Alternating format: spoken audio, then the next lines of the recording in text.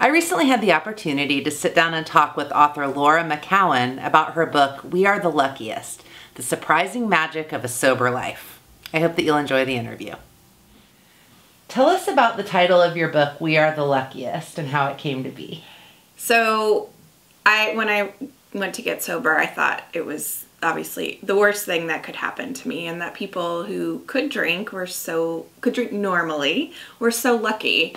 And that's kind of all I wanted, was to just be able to drink normally and go back to the way things had been a long time ago. And I realized pretty early on, I was having a really rough night with my daughter, and I was like 30 days sober, and I had been crying, and then I was laying in bed, she was asleep next to me, and I just had this moment where the bad feeling passed, and I realized I was safe in my house, and she was with me, and she was safe, and I had clean sheets in the bed, and there was no new destruction that would be happening that night or the next day. And that is kind of what I had wanted all along, was this like direct experience of life, and to just that I was lucky because I was getting that now. I was going to be able to be there for her, and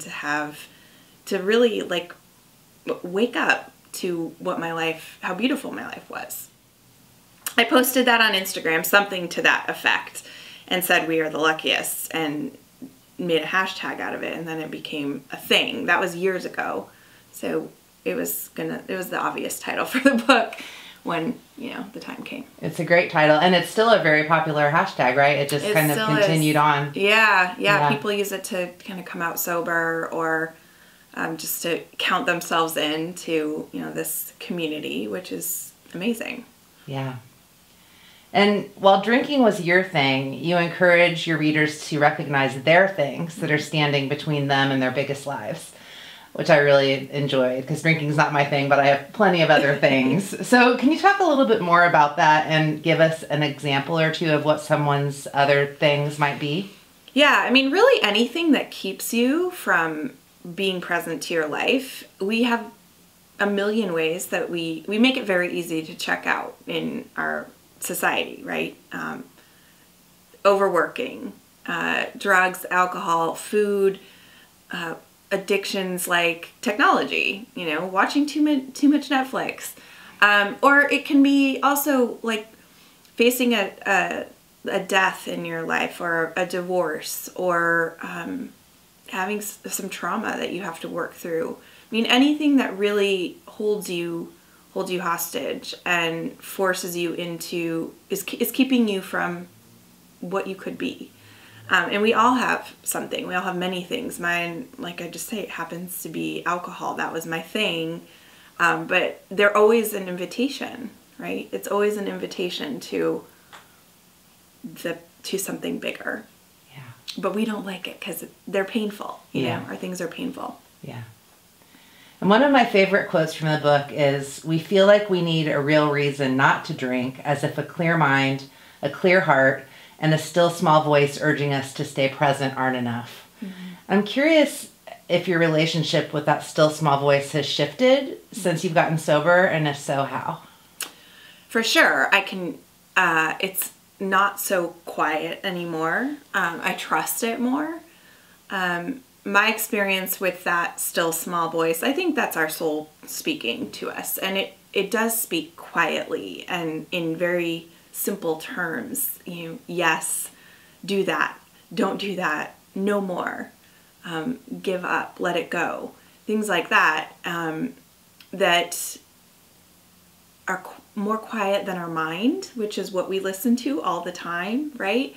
And since getting sober, I know my mind is not the voice I pay attention to the most. There's a more clear channel between me and that still small voice, and it's a much better navigator for your life than the alternative. So yeah, it's changed. I mean, I think it's what's led me to do the work I'm doing.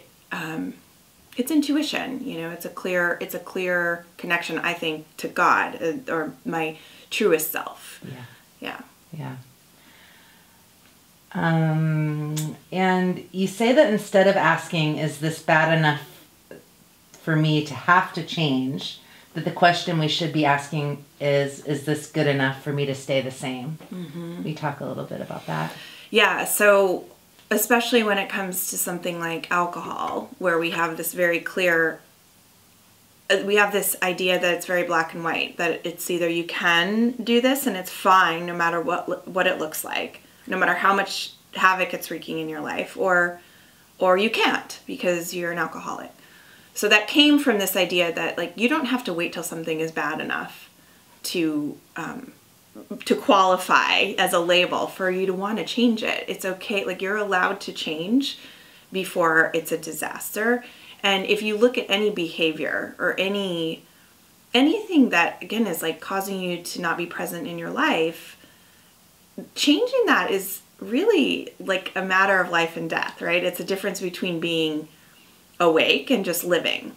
So asking yourself, is this good enough to stay the same, is such a better question. It makes it so much more clear. It steers you in a direction faster, I think, of where you're going to head anyway. Right. You know, right. where you need to head anyway, instead of waiting until you bottom out into a really bad place. Yeah. And it seems like this, with the Sober Curious movement, that increasing numbers of people are starting to ask that earlier question. I think so. Yeah, I think it's because it's also, it's more of an empowering question than, you know, is this bad enough that I have to give this thing up? It's like, is this life good enough? Is this good enough for me, for what I really want? It feels like more powerful and more empowering. Right. Than the alternative. And yeah, I think the Sober Curious movement is great because it just lowers the bar on the conversation, right? It's like, now we can just have this conversation because it doesn't have to be, are you an addict? Are you an alcoholic? It can be, I'm curious about what my life would be like without alcohol, and how amazing is that we can have that conversation instead of, now it's a problem and you need to go off and deal with it because, you know, you're one of those people who can't drink anymore. Yeah. It's a huge evolution. Mm-hmm. Yeah. It's huge, yeah. And I mean, I love to think like my daughter could grow up in a world where it's just as normal to not drink as it is to drink. Yeah. You know? Yeah, for sure. And what do you most hope that readers will take away from We Are the Luckiest? I think what I want people to know the most is that nothing counts you out, right? That you are not the worst thing you've ever done. And the shame of addiction, especially for women, especially for moms, is so heavy.